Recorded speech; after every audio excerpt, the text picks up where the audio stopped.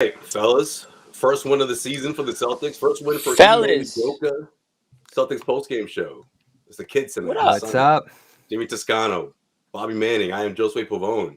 What up? Fellas, It's the kids' table at Thanksgiving right now, man. which one of you were scared throughout the first half? All right, I could go full Xanis right now. I could This is go. boomer free. This is a boomer free segment, by the way.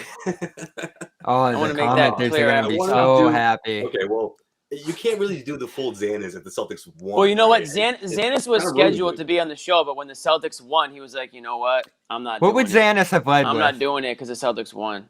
I think That was Xanis both would have of led them. with what we're leading just with. kidding. I think we're doing I'm our just best kidding. Xanis This is what he impression. would have led with. He would have led with. So Al Horford is showing everyone that he's the only one with heart out there. He would have led with that. We I can know, stop there if he won. Al Horford, man, he got it done on both ends. He really, you asked me, he closed the door on these Celtics team, on this Rockets team. Grant Williams, 5 3-pointers in this one. We could start with that. Jason Tatum bouncing back with 31 points. We can lead with that. Of course, this team was shorthanded. No Jaylen Brown. An hour and a half? That's the before real tip-off, lead. We found out no Romeo Langford. So Yeah, we'll get into that. We'll do our best, John, leading with Brown's injury and Langford's absence after a big win here. Yeah, I mean we could do that, but you know what? Let's just start with the game. Let's hit the game real quick. 20-point win for the Celtics. I mean, granted, what you saw throughout the first half, I didn't think this team could win by 20. I figured the Celtics could. Wait. Win You this gotta do game, your math over. You gotta check your math, bro. Oh, They 10, won by excuse 10. Me, 10, excuse me. They had You a gotta- you gotta- 20-point lead. You They were gotta up hold on. by You gotta 20. carry the one. Yeah. Okay. Yeah. It's 10. Josue didn't No, watch this that is- for Well, I guess what I meant is It was that 20. That It was 20-point lead disappeared really quickly, and I was thinking, oh, here we go again. I mean, which one of you guys? I mean, which one was scared that the Celtics were about to go 0-3? Be honest, a little bit. No. I think Bobby? this was a game this team kind of stinks. They're all young guys. That doesn't usually bode well to winning a bunch of games. They'll be fun. I think you saw the fun side of this team here, but they're going to lose a million games and probably pick high again. So you couldn't lose a game to this team. They turned it over left and right. They were giving the Celtics runouts. They made Al Horford look like it's 2017, let's say. So, I mean, they were like crazy too. The Rockets were pretty terrible in this game outside of Jalen Green hitting a bunch of threes. So you had to come out and win this one. And even with the early deficit, the way Jason Tatum was laying down buckets there in the mid-range had you feeling good about his touch in this game. And ultimately, it ended up being by far his most efficient game here. So he set a tone. The passing was good. The movement and transition went really. I thought Dennis Schroeder set a great tone in the starting lineup there. I love that decision by Udoka. And sort of going with your best five to start. He's been looking for balance between the two units. Celtics just put their best five out there to start this one, and they went down early. Bench kind of Grant Williams and the like, and then once the starters got back out there again, they just rolled the rest of the way. Yeah, I wouldn't say I was concerned. I mean, obviously, it was when you're dealing with the Celtics team that played the way they did on Friday night. You really don't know what the hell to expect. So, I mean, I was I know the Celtics are better than the Houston Rockets. I'll at least say that. They better be. We can all agree there. So, when a team is kind of going back and forth early in the game, you're kind of expecting at some point they'll pull away, and that's kind of what happened. But it was all hands on deck tonight. I mean, without Jaylen Brown in the lineup, I was very and listen. We've given, on this show specifically, we've given Grant Williams a lot of heat, but he deserves praise when it's due. And, I mean, this is a guy that's, really showed out tonight and, decent preseason. He obviously came into this season. He had dropped some pounds, and he's kind of he's already got 2 this year. Right. I mean, he's here to play. So you got to give him credit for that. And they needed that production off the bench tonight. You mentioned Schroeder. Making my prediction kind of look good. One of my only good predictions so far, I think, is that Schroeder's going to have a great season. Well, the full prediction was he's going to have a better season than Smart and Pritchard and end up like basically starting, which he did start tonight. And I think we'll probably get into Smart a little bit later. But I mean, Schroeder seems like a guy that's kind of getting really comfortable out there. He's just playing his game. He's not trying to do, way too much. He's kind of taking what comes to him. But he's a guy that can give you that spark. He's energetic. He's kind of flashy. He's definitely a player that you have to respect offensively if you're the opposition. So that's huge. So I liked what he gave them, and it was good to see Tatum look a little bit more, fluid, comfortable out there. You knew that he had to, if you bet the Tatum over on points tonight, I bet you there's a few people watching the show that slammed that over as soon as they found out Jaylen Brown was out, and he ended up I think he hit it in the third quarter. That was a nice easy bet for a lot of people, and that's what you need. It was 26.5 or something like that. What did he end up with? Because I think he had 26 in the third or something. 31. 31. Yeah. So he did his thing, and the Celtics pulled a W that was a much needed W. This was a must win, not in the sense where it's there's huge implications, but you could not lose to this Houston Rockets team. Yeah, I think after Friday's game, I mean, Bobby and I talked about it. It was more of a effort/heart thing, right? You have to bounce back from a loss like that. You have to show that you have that heart and that effort was gonna play itself out against the Rockets, and we saw that from Tatum. I like the well-balanced attack. He didn't set up a lot of three-pointers. I thought the Celtics as a team, they did shoot a lot of threes, but the defense backed it up. The effort on the defensive end backed it up. So I was okay with that. I didn't mind them taking, 53 pointers they took? Or 47, 15 of 47. I mean, their open look, they weren't forced, but they were making an effort to push the ball, making this an team effort can't to shoot. Look in the paint. They got to get into the paint because this team can't shoot. It's crazy. Grant Williams, their best floor spacer right now. What's that? Grant Williams is probably your best floor spacer right now. They're going to have to feed him minutes in that regard. So it's unbelievable. And we knew that coming into this year that spacing was going to be a challenge. On the Tatum point, though, bouncing back, we didn't get his comments in real time because we were done with postgame by the time he came on and spoke on Friday night. But he was pretty conciliatory, saying that the calls got inside his head. He let it get away from him. You go back and watch that tape, and I wrote about it for CLNS. They just lost control, went off the rails when a couple of calls went against them. In the third there, they stopped getting back in transition.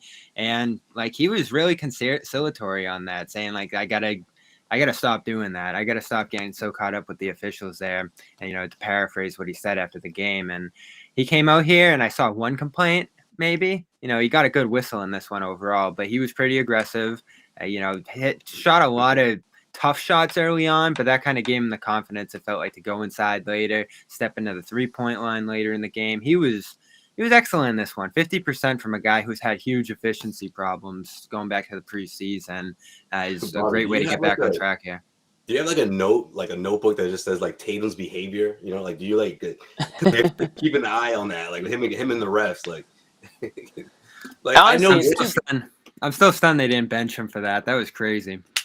It was like a scene on the court on Friday when he had got that offensive foul. But we joked about it, Celtic pride, when the coach benches Scott on. Yeah, that's right. He benches Scott for 30 seconds before the game, even really.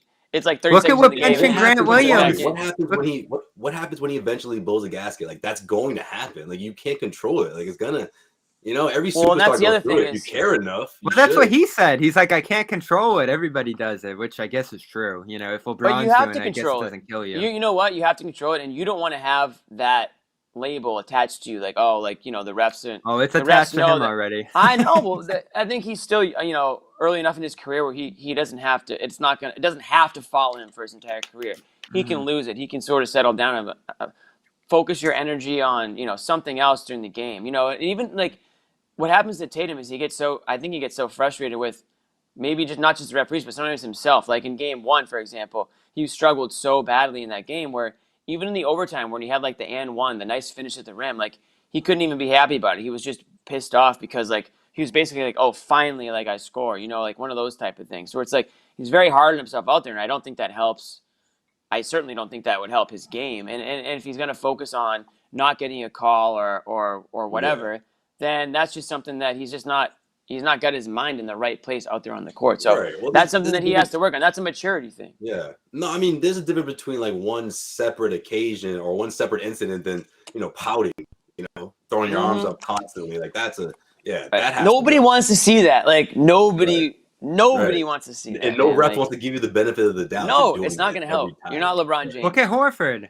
Well, first of all, with the benching, look at what that did to Grant after he got benched for complaining in the preseason. That obviously seemed to get him going. But Horford, in this game, he was getting a LeBron whistle. It was unreal, and that's a guy who never complains. So Horford has definitely earned some respect from the refs at this point in his career against some of these youngins on the Rockets side. So that's Ime's whole point. He said, we need to earn some respect. I think it hurts guys in this league when they're complaining every single play.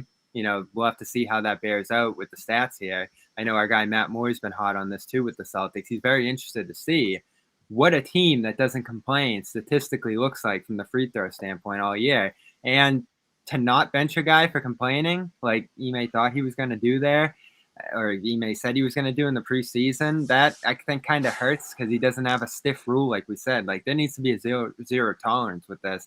I don't know. Why do you guys think he didn't bench him? Did he agree with the call? Did he disagree with the call on the offensive foul? Do you think it was a weak tech?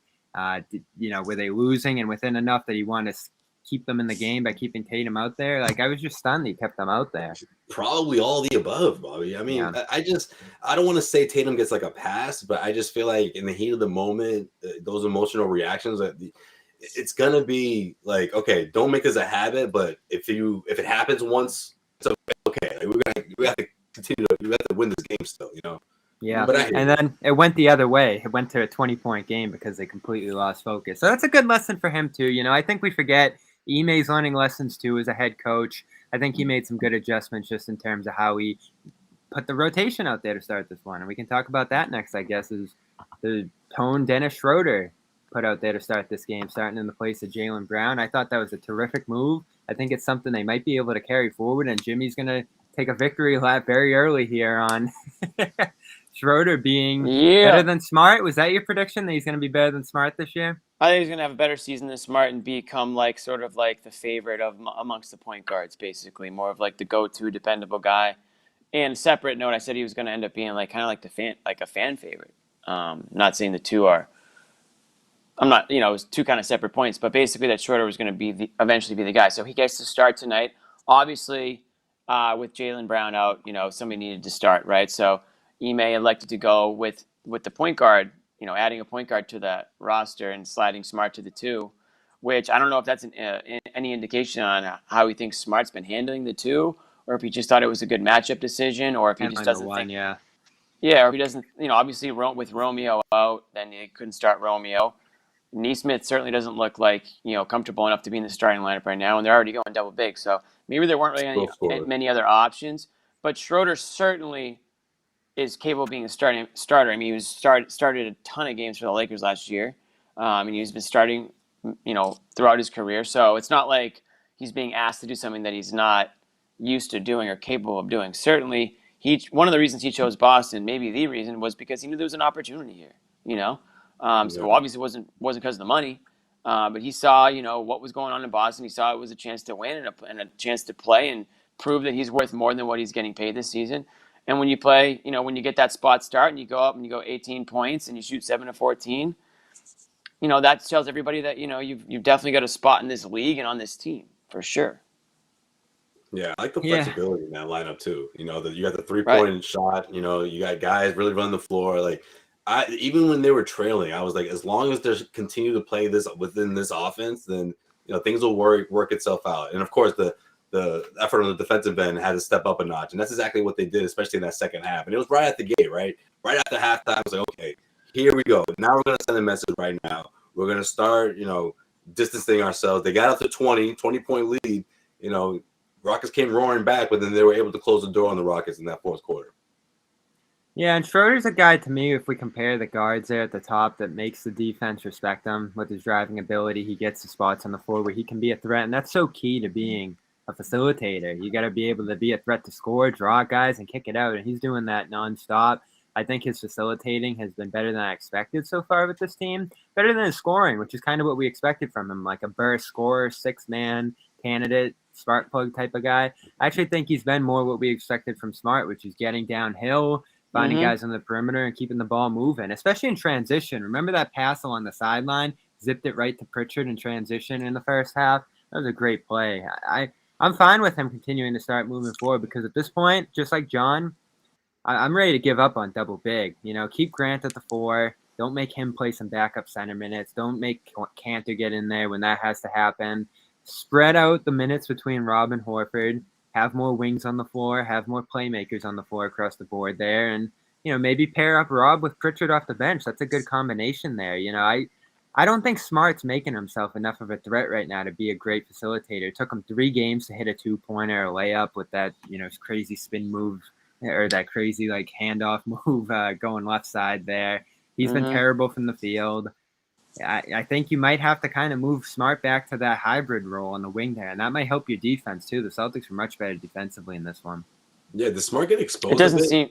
It seemed like Schroeder was just calling all the shots. I mean, not exposed in the sense that he can't man the team, but it seemed like Schroeder. Smart looks so bad. Did you see Wood just walk by him on a cut? He just took things into his own hands. I feel like, but not in the sense of running the offense, not just controlling the ball.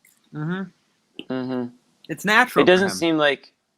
Yeah, it doesn't. Yeah, Schroeder is that's more natural position for him. It seems like Smart has really adjusted much of his game at all to a different role or a different position or whatnot. It seems like he's just going out there and just I'm gonna do what I know how to do, and we're gonna ride or die with it.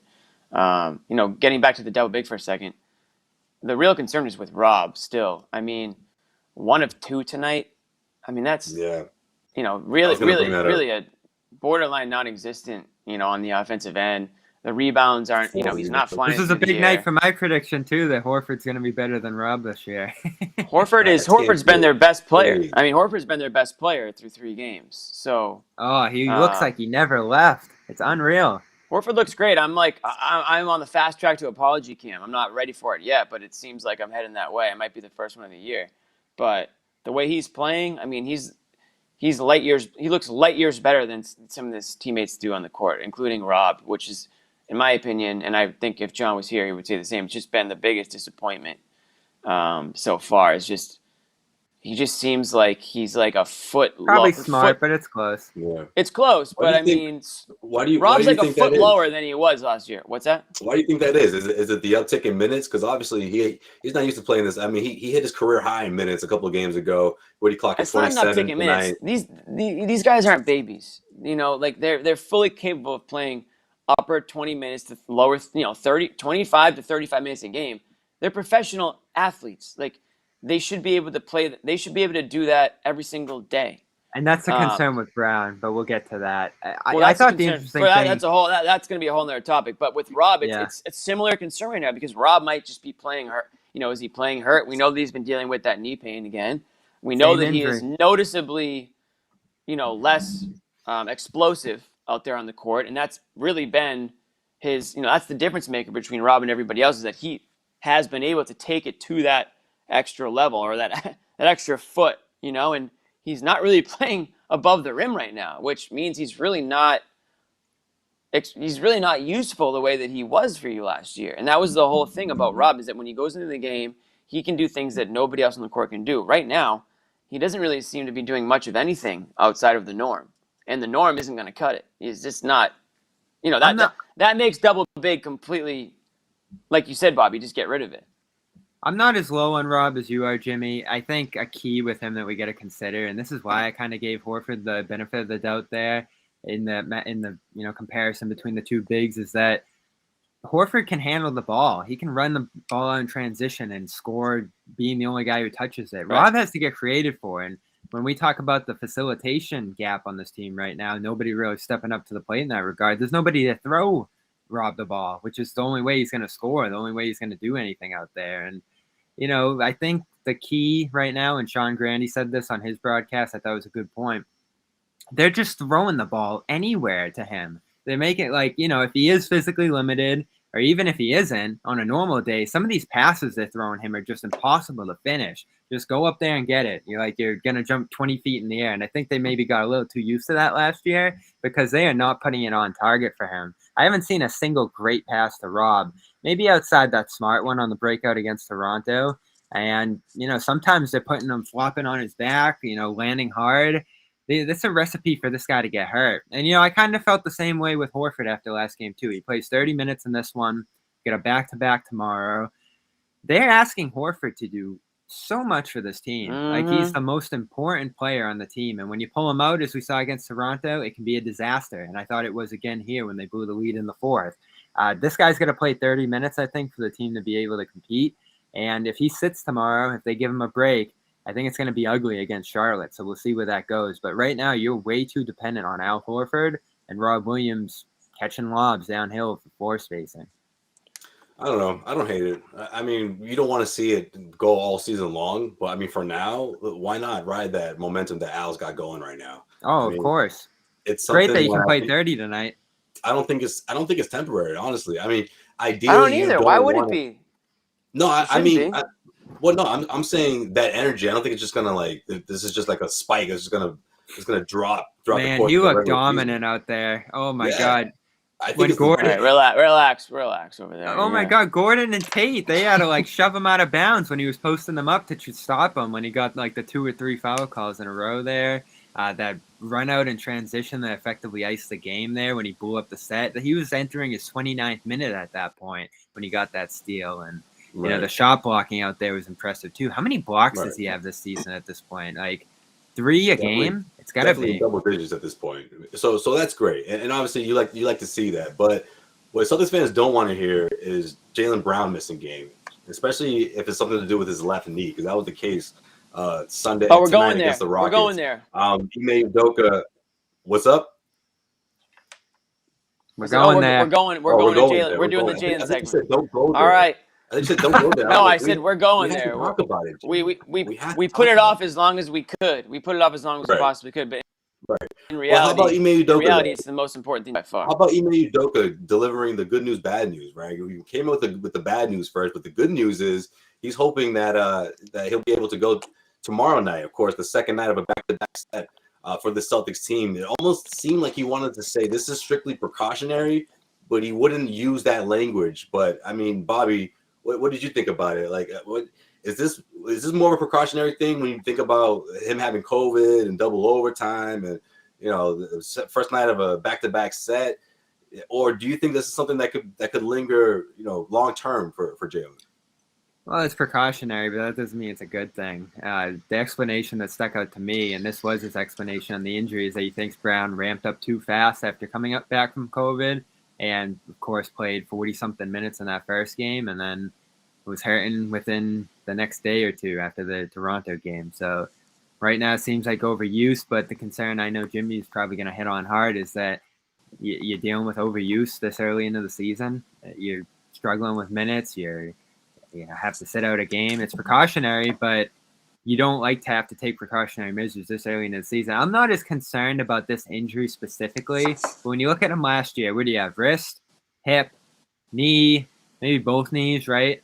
And probably another injury, ankle, that I can't think of. He had so many injuries last year, and he's becoming a guy at this point who does miss a fair amount of games to the full of a year. And at this point, what's he, 24 now? 25? This is a guy who's just a little bit injury prone. Not extremely injury prone. He'll be back quick from this, as Ime said. But you do worry just about lingering, nagging injuries like tendonitis for him, which is something he's dealt with at this point through multiple seasons in his career. This isn't a panic situation. Like, I don't think we're worried about Brown missing weeks here, but it's early. It's an early injury, which is concerning. So that's it right there. It's the fact that we're in Game 3, and we're already trying to find reasons to justify why he might be missing a game. Whether it's ramping up too quickly, or coming back from COVID, or they're on the first night of a back-to-back. None of these things, and listen, I don't know what after effects of COVID he's dealing with, but the Celtics didn't mention COVID as being the reason why he's up. They mentioned that it was the left knee. So lower body injuries always scare me. You got a wrist injury, that's fine. Get over. It heals. You move on. Lower body, that's like something that I will give the medical breakdown right now. I am a doctor. Lower body injury that's just nagging. I mean, we're in Game 3 and he's already got knee pain. This is an issue that he dealt with last year, and the fact that this is already the game, I'm sorry, but that is borderline panic. And I get people chirping me on Twitter, being like, "Oh, this guy sounds like a lot of fun, like talking about me," just because I'm a little like nervous about the fact that he had to miss a game already. But I think you're actually in denial if you can just brush this off as, oh, they're just like resting him because whatever reason you want to give. Like, this is a guy who's in the prime of his career. He shouldn't need any rest. Like, he's not playing because he has apparently a pretty serious level of knee pain that he can't play. And that's a bad deal. I mean, this is isn't Kemba Walker we're talking about here. The Celtics have Kemba Walker for that very reason, because they couldn't depend on him. He couldn't play back-to-backs. He couldn't play a certain amount of minutes. And, whether that was the team decision, well, listen, I hate to say it, but I mean, the way that's going with it's like they're treating him almost similarly, right? I mean, they're not going to play him because there's a back-to-back coming up, but if that was the case, wouldn't they play him tonight and just not play him the next night? So I don't know. I mean, I feel like you're getting mixed messages maybe, but for me, I'm on high alert. I obviously want to see Jaylen Brown healthy and out there. So for him to have to miss a game, I'm sure he didn't want to miss the game. So to me, that has to be pretty serious. Yeah, I'm not on high alert. There's just a lot of, I think there's a lot of people who just don't want to think that way, and that's fine. You can go about your day however you want to, but to the facts, I mean, I know, but it's interesting. Tendinopathy. Can't even properly pronounce it. It's interesting coming from Celtics fans. Like, you would think they would be the ones to smash the panic button, because we've been down this road so many times with the all-stars, your premier players going down. Exactly. Never this early though, but I guess that has happened in the past, in recent history. Yeah, I feel the same way I did about Rob. Pain. Like, was there something that he should have done in the offseason? Was there some sort of procedure that maybe he elected not to take, or that he should have done while he was going through the wrist, rehabbing from the wrist injury? Was there something he could have done to clean something up, some arthroscopic something that could have cleaned this up that he chose not to? I don't know. I mean, I'm that's 100%. I'm just wondering, because if this is something that's going to nag all season long. Celtics have a ton of back-to-backs this year. I think they have the most back-to-backs in the NBA. Yeah, I thought he had a cleanup of some kind, right? Yeah. I do remember that too. Yeah, he mentioned that. So he did that. Yeah, I believe he did. To that effect, that he was experiencing something and he had. Yeah, so. I think he's going to be okay. It's the same injury as Rob. That. Rob was out there the next night. Rob has looked not great, but fine to me. What? And Rob is a foot lower than he's been. He's literally playing below the rim. He's clearly hindered by something. He's playing okay, Bob. He's playing well. He had 2 points and 2 rebounds tonight. Yeah, but he was really good against the Knicks, and I thought really good against Toronto. So first bad game here. The sustainability of this team is my biggest worry. I don't think they're going to be able to sustain injuries again this year. I don't think they have the depth for it. The young guys are struggling. Pritchard, Romeo, Neesmith, go down the list. Romeo's hurt again. We didn't even mention that. So I don't think this team can sustain an injury at any position, and that's my real concern here. I'm not concerned about any singular ailment right now that any of these guys are going through. I'm just worried that when a guy comes out, Bobby, why wouldn't you be somewhat concerned that Jaylen Brown missed Game 3 of the season with left knee pain? Why wouldn't that concern you? I'm somewhat concerned. I'm not on high alert like you, to use your words. I'm on high alert. I've got my antennas up right now because it always starts. Keep them up. Pain. It always starts with a little bit of pain, and then all of a sudden it always starts with a little. Listen, the Celtics have not earned. The Celtics have not earned our trust and admiration when it comes to handling injuries. One little ailment You're becomes better luck a trade just going on a WebMD later. and figuring it out on your own. Yeah, exactly. Yeah, Jimmy, that's how I felt like most Celtics fans would react too. Honestly, I was a bit surprised, but again, I think it's because a lot of it has to do with what Ime said. He kind of calmed people down shortly after he delivered the bad news. Well, there's the bad news of the day. The good news. He has no choice. He needs to be the coming presence. So I appreciate the Romeo news coming after the fact. But the Romeo news dropped after the fact, right? He didn't even talk about it. It was after his pregame. I don't know if he was asked about it postgame. You can check that out in a little bit. We'll find out. But Romeo, what was it, sore calf? Yeah, left calf strain. Isn't that calf strain? Calf strain, yeah, or calf tightness is what it was called. Calf tightness. That's better than calf strain. Calf strain would be kind of serious. Yeah, so it's tightness. That's what it's like with Jaylen Brown out tonight. How tight is your calf? With Jaylen Brown out, you needed that reinforcement. Hey, I'm all for being cautious. You must have the tightest calf in the world to not be able to play. After Rob came down with his injury, I said if he needs to take a month off here to get it right, why not? You know, it's the first month. Get it right. And apparently it just looks like something they're going to have to manage when it comes to this injury in particular. John's not here. John would be sounding alarms. There'd be horns blaring. He'd be pulling up every medical worst case scenario on this injury in particular. Guys, this is bad. Yeah. He'd say Jaylen Brown would be better off tearing his ACL probably right now. The patella can burst. It can burst. Look. None of us are doctors, but you guys know it could burst, right? No. Like, you know. Yeah. Well, the antenna should be up, Jimmy. You're right. We should. In his defense, he ended up being fairly right on Kemba, though. I mean, he was fairly right on Kemba. So, I don't know about the ACL thing still, but I get what he was getting at. Right. What, the clean break comment? We're never going to forget that. Right. I mean, my big thing is with Jaylen, it's like you said, Bobby, he's had a handful of injuries. You know, you can go down the line. He's a physical player. He's a slasher. Plays hard on both ends. He's always going to be a guy that could be more susceptible to getting banged up. But really, to have left knee soreness after 2 games, that to me, I mean, I don't know how you manage it. How do you manage it? Like I said, like they haven't even had a long season ahead. Exactly, it's a long season ahead. And like you said, they don't have the depth to overcome Jaylen Brown missing 30 games, you know, throughout the year for whatever reason, whether it's knee or whatever. Hey, 30 games, Jimmy. That'd be you just don't have that depth. I mean, clearly, I know it would be terrible. I hope it doesn't happen. But I'm saying, like, if they have to manage if he has to take the Bobby, I can't see 30. He's fine with Rob. 20. Right, sure. Let's just say 20. But do they have that depth? I mean, Romeo, you can't depend on Romeo either. Don't. He's out for any reason under the sun. No, this is when you see the other guys step up. Whether that, Al Horford you can rely on right now. Grant Williams, he just tied. We talked about it. You can't overdo it with those guys. 18 You points. can get by. You can get by against the Rockets, Josue. But you're talking about a game against an Eastern Conference team. The East is stacked this year. The Celtics. I went through them too. Short term. But we're talking about short term. But we also might be talking about just maintenance throughout the season. You have to pick and choose now. Which games are you going to sit on? Which games is he going to play less? You know, like you can't go through. You can't survive a season that way. Look at the East. The Celtics might be the 8th best team in the East if they're lucky, based on, that's how you're some other feeling teams. right now?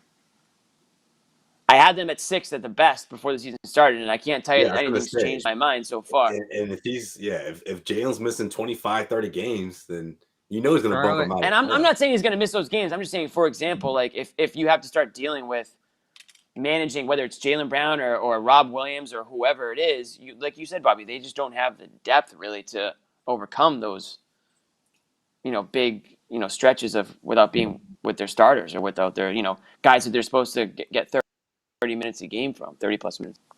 That's why I'm concerned. I'm not trying to be a downer. I'm just like, it's like, damn, like it's game 3 and we're already at this point. Like that's shitty. Like that's not what you want to see. Few things from Ime post-game. Romeo's calf just felt tight there in warm-ups. Team wanted to be safe with him, keeping him out. And after the first win with the Celtics, it's overdue. You guys took too long to get it. That's Ime in 5-6 words right there. Oh, all right. I thought you were talking to us when you said that. Yeah. Wow, look at this. This is kind of interesting. Celtics tweeted this, I guess, like little celebration in the locker room for Ime's first win. Good vibes. Season was That's over. pretty good. Now they're celebrating and dancing. Look at that. How it goes with this too. team. Yeah, there you go. That's actually a nice thing to see. I'm happy with that. Anyway, the roller coaster continues in Boston. Figured out. We buried their lead a little bit here. At the podium right now is really, I think, the story of the season so far in a positive light. The chat, I think, is going to have to do an apology cam early this year unless they're willing to hold out on the guy that many of them want to just simply release. Grant Williams, one of the best three-point shooters in the NBA to start this season. Grant Williams. Unreal what he's just like we all thought. 25 of them when his career started.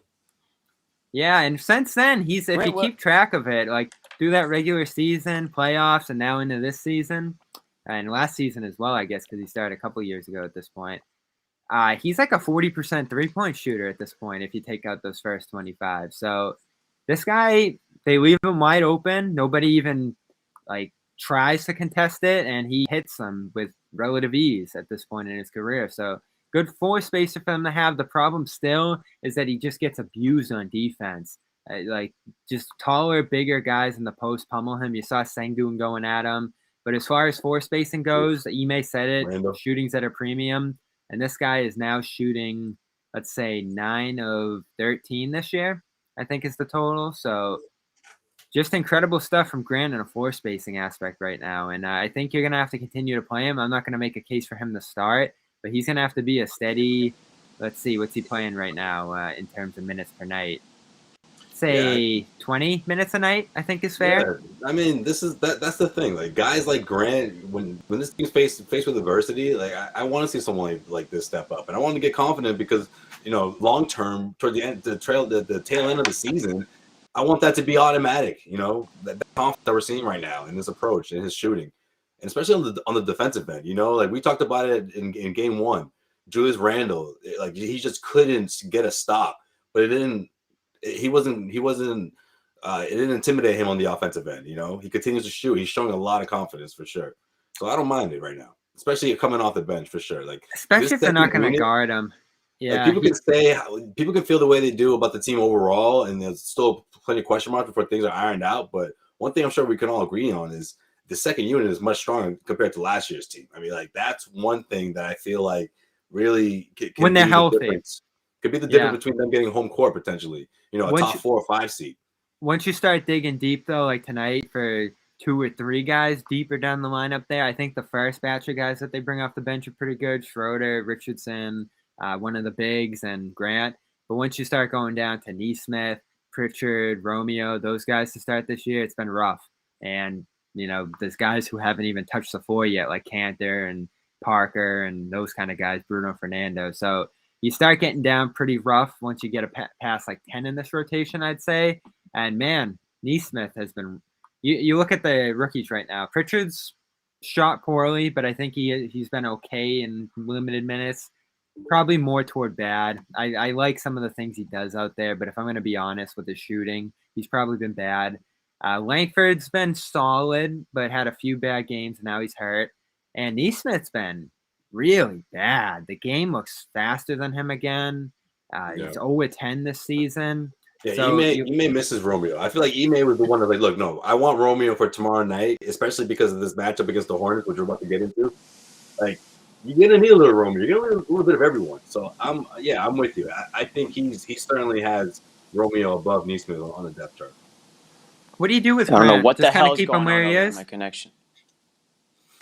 Jimmy, my connection's all effed up. My connection's all effed up. I don't know what the hell's going on. What were you guys talking about? We're talking Grant Williams. Look at that smile. How can you miss it? Hey, I hit on Grant earlier in the show. I mean, shout out to Grant, man. He's doing his thing. He's being basically like the 3-and-D guy that will keep him in the league. I never really believed in Grant as like the big. He was never big enough to be a big as far as I was concerned. So he went the other direction. Right no, he wasn't slim enough. That's what it was, Jimmy. Keep him. That's what it was. Grant Slim Williams. Keep him at the 4. He can switch onto the 5 if he really needs to in this system, but don't play him at the 5. And that means you got to get away from this double big at some point. And, I explained it in the preseason. You're probably playing like 11, 12 minutes of double big overall. You're getting another rotation through the course of the game. The problem is when you play double big, you do kind of have to play Grant some center minutes or Cantor. And right now they've shown no stomach for Cantor. So Grant's getting those minutes, and they're really struggling when he plays center right now because guys just body him in there. You saw those double teams that they had to throw at Sengun when he was going at Grant. That kind of disrupted the defense right there. And he does an okay job, but I'd even think about, and again, as we're talking about where the starting lineup goes, maybe playing him at the 4 next to Horford out of the gate. Send Rob to that bench, let him play alongside Pritchard. I think you got to find somebody from the bench right now to come up, whether it's Schroeder, Grant, one of those guys. Forever trying to bench Rob. It's not about benching Rob. He's going to play the same minutes. It's just about who he plays with. Now, right now he's just not working all that well with the starting lineup. And, Horford, I think, is one of the best Celtics, that he should be out there with the starters. And then tomorrow night you're going to be like, but guys, is he going to bench Rob now? Like, if he has one more bad game. It's not about benching Rob. It's just where he's playing. He's going to play the same amount of minutes. Grant, though, Making a case. They need a shooter in the starting lineup. You say Grant's making a case to be a starter?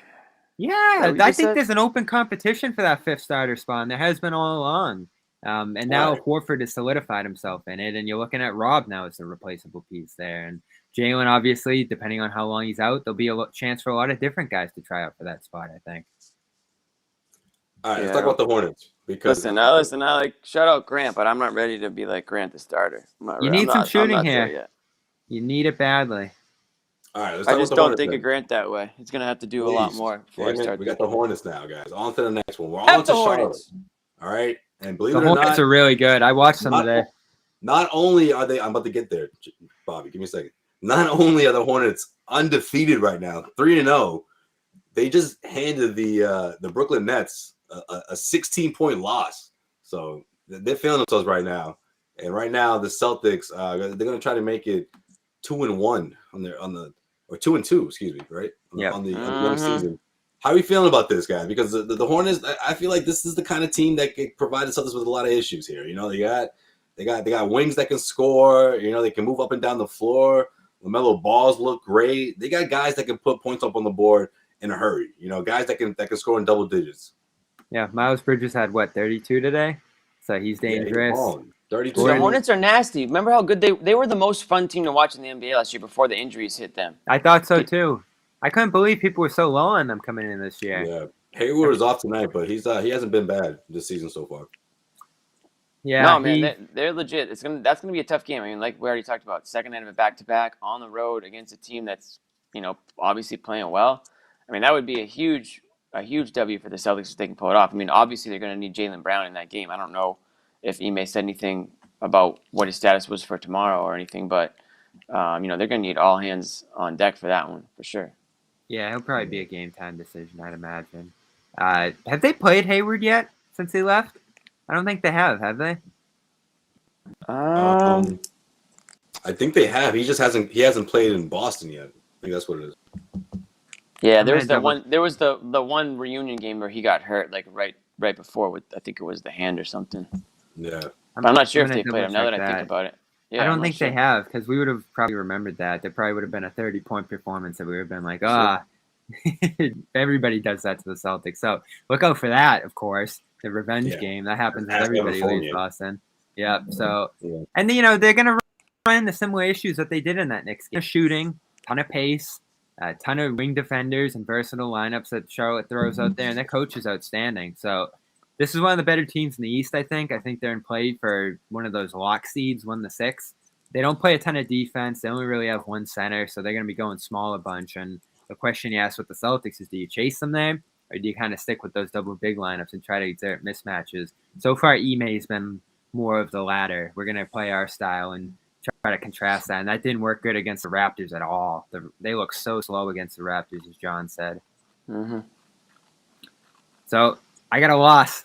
I'm gonna chalk this one up to a loss. I think the Hornets are really good. Yeah. Okay. LaMelo Ball. Well, they're going in as the under. I mean, the Celtics are. I don't know what the line is, but I'm sure that they're going to be an underdog probably by like around 5 points or something. Probably three to 5 points, maybe something like that. Yeah. Maybe they 5. Didn't have 5 a scare might be in a the little. fourth. 5 might be a little high, but I think they're going to be an underdog by a few points. They didn't have a scare in the fourth quarter either. That was the underrated thing tonight. Is the Celtics had that 20-point lead. Could have rested some guys, but they get within 12, and you got to bring the starters out there. The walk of shame that we saw last year. Let me double check that Hayward thing, because that is interesting. I think some people in the comments said no, he hasn't played. But yeah, that's what I assumed too. But... Yeah, he got hurt the game before. He was hurt, right? I think he sat out that game. Yeah. He got hurt the game before, then he missed the last 2. So this will be the first game for Gordon Hayward against the Celtics. Do you miss him?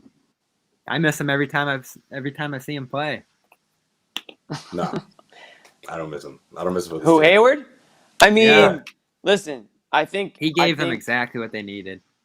Miss him. We never saw him. We never saw the real Gordon Hayward. It's like kind of like Fournier vibes. Like when you see him on the other team, like, damn, this dude can freaking play. But I feel like he never clicked, or he was never healthy enough for a long enough stretch. I don't know that guy, right? When I see him, I don't know that guy. Like, I never saw him. I think we can all agree that Hayward would make the Celtics better if you're just adding Hayward to the team. So obviously, they miss him in that sense. But let's not forget, he did get hurt last year, and that was the knock the whole time, is that this guy can't stay on the court. He got hurt for a good amount of the games last season. He didn't play in the playoffs, and I mean, if that's what there was happens, some noise around that team too. Like, is he gonna come back? Like, it's right. kind It of was getting time, down and they to never it was did. close. Yeah. Right, he never did, and that was exactly the people who are against the Celtics re-signing Hayward took a little bit of a victory lap. Not to like rub it in his face that he got hurt, but just to say like, you know what, this is why we didn't want to re-sign the Celtics to re-sign them, because he can't stay on the court. And sure enough, last season started out great for the Hornets. Like we talked about, they were one of the most fun teams to watch. But he got hurt again, and then he got hurt again after that. So it's the same. It's the same deal. I mean, if he can stay on the court, then that's Bobby, a different you can't story. put that up, man. Like, it's about you, you know. Bobby, did you post that? Did you put that up about you, bro? The thing is, That was a Bobby bad actually, one. And he starts Bobby smiling actually at me. does think. Bobby actually says, I see it. Yeah. People always tell me that I look like Gordon Hayward. It's like, dude, no, I see it. not really. They How don't many really. times do you see a person say, "Yeah, I see the comparison"? Yeah, No, nobody everyone denies it. says that. Yeah, And nobody Bobby's says like, that. Yeah. I've seen it a lot in the comments.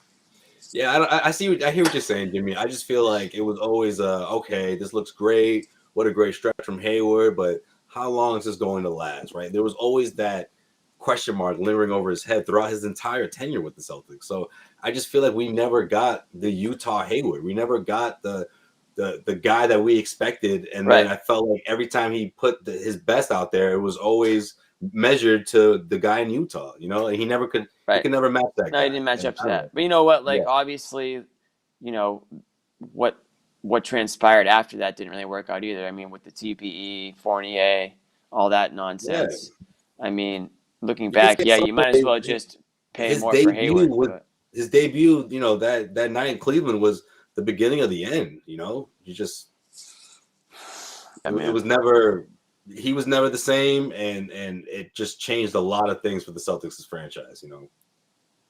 Yeah. So tomorrow night, I want to say that was a good thing, you know, or if Bobby, things could have been is different. That comment? What does that comment even mean? I don't know. Anything that says Bobby in it, he's just throwing it up there. Yeah, I'm just running through them. I know you had some thoughts on Jalen Green, Jimmy. Want to wrap with that? Oh man, I mean, I just think that dude's unbelievable already. I mean, we're talking about like game 3, and he's dropping 30 points, and he's crushing his 3-pointers, and just looks like a guy that you can really build around. So I think the Rockets really hit it out of the park with that pick. It kind of felt just an unreal player. He honestly looked like the best player on the court tonight. Yeah, they fell to them, which was good for them. I think they were thrilled about that, but we'll see. I think this was an abnormal shooting night for him. I don't think over the course of the season he's going to be this ridiculous as a shooter. I think he's going to take a lot, make a decent amount, and probably fall somewhere in like that Trae Young range is where I see him as a shooter. But you do see how NBA ready he is. He's kind of the first guy to come through this G League system and play with veterans like Amir Johnson and Jarrett Jack and those type of guys, along with some other young pros. Looked like a good pass for him. It didn't work for everybody. Deshaun Nix did pretty terrible there, and I don't think even got drafted. But Green came through, didn't have to play in a rigid college system, could play some NBA ball at the G League level, and it worked out for him. And he was pretty amazing here. 8 threes, right? That's the record against the Celtics for a rookie. So pretty ridiculous. The Rockets are going to be horrible. They're probably going to pick up another good young player. They made major mistakes with the Harden debacle last year, and looks like they're going to get bailed out of it with some good picks here. Does Şengün intrigue you guys, though? Because that's so interesting one for me, because the Rockets picked him with the Celtics pick. It went through the Thunder, went over to them, and now Şengün is kind of the what-if guy for the Celtics. I'm not blown away by him, but he does do some interesting things. What do you think? What do you think of him, Josue? I mean, same thing. Some people go crazy he didn't really over do him. a whole lot tonight, to be completely honest. He did the pass, the little behind-the-back pass to Christian Wood. That is going to be a whole podcast in Houston. You didn't like Marcus Smart's flashy little pass, did you? Oh my God, that was terrible. We didn't even talk about Smart tonight. We'll save it for next show, I guess. But he has been so bad, unfathomably bad. Like like he's missing everything. He's not hitting anything inside the arc. He's not going inside the arc. He's not passing amazingly. He's passing okay, but not as good as I expected. And that one play that that one blew my mind, and then the other one was Şengün on that post up. Actually, Smart was just standing there as Wood blew by him and hit a cutting layup there off Şengün's post up. So I don't know what's going on with Smart. I'm not like thrilled about it, and it's really damaging to this team if he's just going to kind of be mediocre all year. All right. Yeah. Final thoughts before we head up out of here, Bobby? I guess that was mine. Was it the Smart thing? Yeah. Yeah. I was gonna say I think this is a game we see him bounce back. You know, the backcourt, LaMelo Ball, and guards on this team that can really score in a hurry. Ish Smith. I think I mean, look, not to say that he doesn't get up for certain games, but like I think this is one of those games where he's like, okay, I'm gonna bounce back here in a big way on the defensive end. And yeah, I mean, I guess that's my final thought heading into this game against the Hornets. I do think this is going to be a nail biter for sure. Like, I think this is going to be Bobby. Can you put a comment that's not about you, like just one? They're all about me right now. Who does Josue look like? Let's get a Josue comment in there. Yeah, right. There's Josue. Oh, there we go. Oh, damn. Oh, damn. Yo, that's a good one. You wanted it, you got it. Wait, no, don't. My man Josue is not unemployed, for the record. Oh my God, this guy's good. But if you saw DJ Augustine that was unemployed, he might look like me. He might look like Joseph. J-O-S. Like a basic creative player in NBA. Yo, that's one of the funniest ones I've seen in a while. That's funny. Joshue. Yeah, man, that's tough spelling. All right, yo, do Jimmy now. Damn, all right, Bobby. Yeah, no, you can skip me. You can skip me. Don't worry about me. We'll get me next time. Jimmy's like, please don't. Lucky Jimmy. I think that's my that's my final thought. I mean, that's what I think is going to happen between Marcus Smart and Jaylen Brown comes back. That's another prediction. I think he comes back in this one, and we get a nail biter. It's gonna be a good show, a good game, and a good show right after. Good game and a good show. I'll be here tomorrow. Right. Hopefully, you guys will be around. My final thought. Go ahead. What's up? I said I hope my final thoughts. No, go. Oh, I was gonna say, cutting you off. I hope people enjoyed it. We tried our best to bring the John negativity here, even in a win. People didn't like it, but I thought there was some stuff to nitpick here tonight. So hopefully people didn't like it. Us. No, people didn't like it. Listen, I was gonna do the whole John thing. I was gonna, Listen, they celebrated their first win of the season. It was in game. I mean, I think most people expected to win this game. So, I mean, yeah, we're obviously glad that they won, but we're not going to spend an hour and a half like praising the Celtics for beating the Rockets. But there's a lot of other. They weren't amazing. The Rockets just kind of stunk. No, there's a lot of other things to talk about, so we try to hit them all. That's just the way it is. I mean, hey, I'll be very impressed. I'll be very impressed if they beat the Hornets tomorrow. Go ahead, Jimmy. Me too. My final thought doesn't have anything to do with the game. Found out earlier today that Bob Newmeyer, legend in the Boston media scene for the last, gosh, how long? 40 years since plus. I can remember. Unfortunately, passed away due to some health complications. He was 7 years old.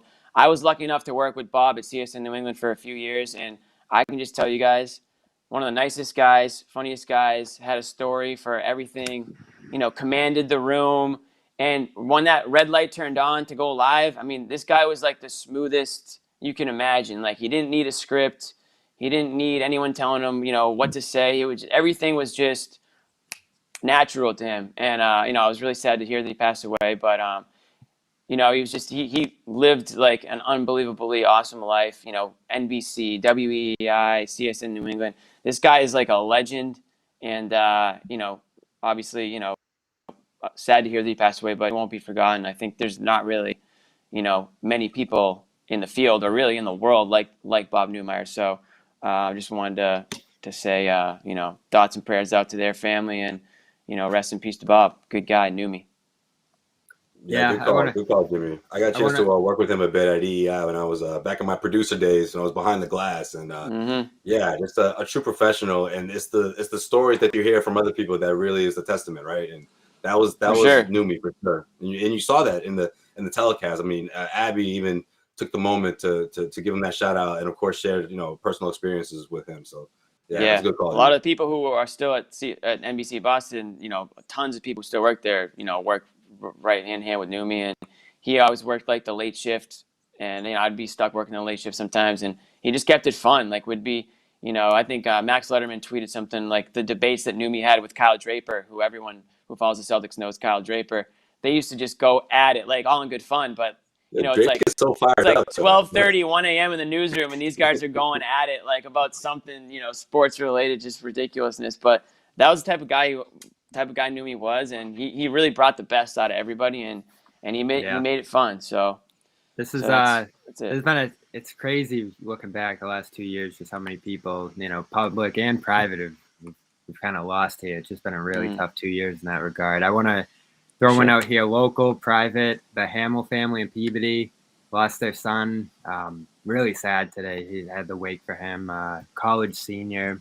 Everybody knew him here in Peabody. I was in a line for 2 hours at the wake. It was really tough one for the city here. So I want to send some love out to that family who, went to my church, was on the bus growing up. Really good kid, good friend of my sister, good friend of a lot of her friends. That was a really tough one this month. That's too I bad. want to send some love to their family too. Just 22 probably, just brutal loss.